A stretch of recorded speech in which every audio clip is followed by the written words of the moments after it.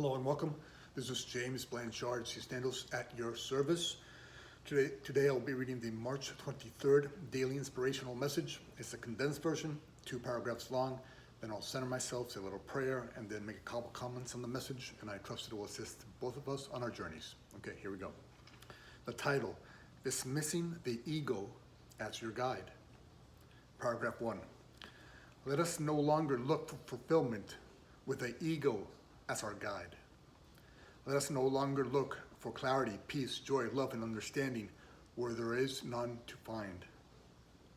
The ego would have us focus our search on what we do and how valued our peers, family, or society perceive such work to be. It has us focus on how much money we can accumulate for our efforts.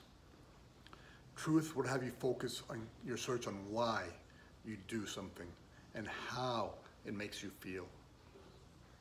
There are very deep and sacred reasons why you love and are passionate about certain aspects of life. This is not by chance. What fulfills you, your own individual passions, hopes, desires, and dreams, are very specific to you.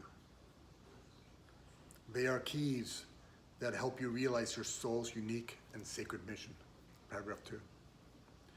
Today, let us remember that anytime we are reaching through judgment or fear, reacting through judgment or fear, it is because we're allowing the ego to guide us. God is love and all, and we are His creations. Judgment and fear, being in opposition to love, are not representative of the truth within us. They are simply signs that show us when we're letting the ego direct our lives. When we're allowing the ego to rule over us, it is not the truth in us that is living our lives. It is the sleepwalking, programmed version of us that has taken our place. With this self-awareness, let us redirect our time, focus, and energy towards aligning with our passions, desires, hopes, and dreams. As we do so, we chip away at the ego's control over us and take greater control and personal responsibility for guiding our own lives.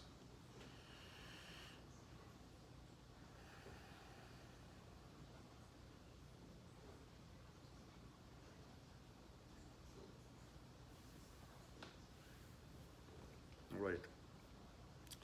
Dismissing the ego as your guide. Okay, your guide to where? Okay. You are love's creation, and therefore your true essence is love, and all of the aspects of love, such as peace, compassion, understanding, joy, healing, hope. This is all who you truly are, and this is all that you're looking for. This is your destination, and this is what you're here to share. How often has the ego guided you to that place of perfect peace? How often has the ego's tools of judgment, frustration, anger, fear, hatred, revenge, comparing yourself to others? How often has the ego taken you to where you truly belong, to where you desire to be, to your true destination, a state of peace, to your true destination to fulfill your function as the light of the world? I think we understand that the ego is not a good guide, and we can respectfully fire the ego as our guide. But we can also use our errors for healing and to learn where not to go. And so when you find yourself in alignment with the ego, comparing yourself to others, thinking about your job as what I should be doing, or what would my family or society want me to do, and instead of how is this making me feel? Is this work really aligning me with my mission? Are my unique talents and expressions of love really being fulfilled in this work? So you want to use the ego when you find yourself being unconsciously guided by it, not to put yourself down or others down or your family down or society down for seeming to force you into a certain workplace environment or situation. Instead, you want to learn from it. Wow, okay. My family and my society wanted me to do this, and I guess I wanted to do that too because I wanted them to respect me. Or I want to do this because it brings me all the money that I want. But when has all the money that you really wanted brought you true everlasting peace? Sure, in the fairy tale, I can bring you some peace for a little while, and then you're gonna need more of it to fulfill that peace. And so it's like a drug addiction.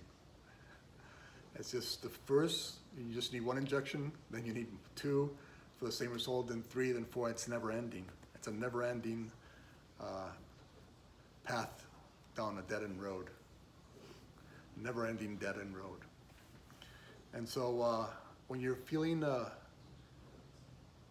in your journey, like you're judging yourself or others, like when you're feeling a lot of fear, when you're feeling out of balance, when you're feeling a lack of fulfillment, when you're feeling a lack of peace and joy, when you find yourself just comparing yourself to others, remember that's the ego guiding you. And it's blindly guiding you. As the Bible says, shall the blind lead the blind? Will the not both fall into the pit?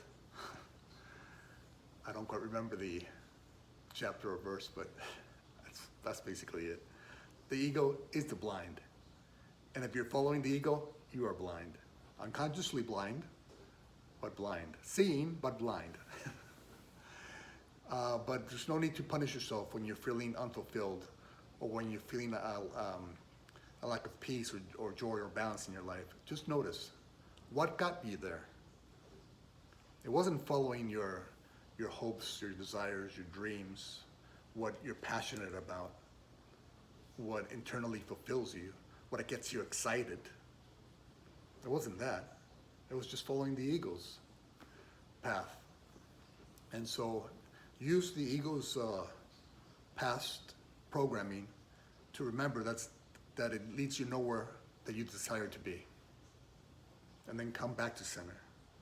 Come back to aligning with your true essence, which is love.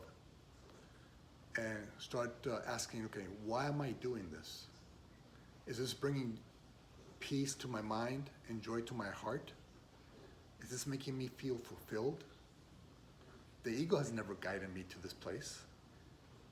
And I know I belong in this place because I feel at peace and I feel good and I feel centered in this place. I feel centered being my loving expression. I feel centered being in the moment and offering the moment whatever aspect of love the moment is requesting. I feel centered and at peace and joyful and proud when I help my brother or sister heal or have greater hope or awaken or see the light in the darkness. And so how can I use my unique talents to start guiding myself? Have my higher self, my true self, guide me instead of the ego. Let's start practicing going from the ego's guidance to our true nature, to our true guidance, to aligning with our source and allowing source or our highest self, that self that is pure love, to guide us. So if you're lacking peace, just know that's the ego's guidance. If you're judgment, frustrated, fearful, that's the ego that you're following. It's okay. Bring yourself back. Bring yourself back to center. Quiet the mind. Breathe. And begin to ask yourself, what can I do now that truly fulfills me, that truly leads me in the direction of peace, of joy, of compassion, of forgiveness, of understanding, of hope, of healing. That's my true path. And I've experienced life enough to know that the ego's guidance is not helping me. So when it pops up, just set it aside. Consciously set it aside and return to center. Return to love and ask yourself, what would love do now? What would peace do now? What would hope do now? And let all those expressions of love guide you. Let love guide you. What would love do now? How can I accomplish the love that I am? How can I accomplish and be and express the love that I am in my own unique way, in whatever talents you have? It could be in the artistic world, police officer, financial assistant, CEO, maintenance person. It doesn't matter. It's whatever brings you peace, whatever fulfills you individually. That's what you're here to do. It's not about the story. It's not about your parents. It's not about society. It's not what they think is valuable. It's what fills your heart, what brings peace to your mind. That should be your true guide, our true guide. And so let us practice allowing our true guide to guide us, love to guide us, peace to guide us, not the ego's stories, not the ego's programming, judgment-centered and fear-based programmings. The truth and love. Love, guide me. What would love do right now? What would peace do right now? Those are your true guides. What would fulfill me right now? What can I do today that fulfills me right now? And do that. And be guided by the truth in you, not the story, not the programs. Okay.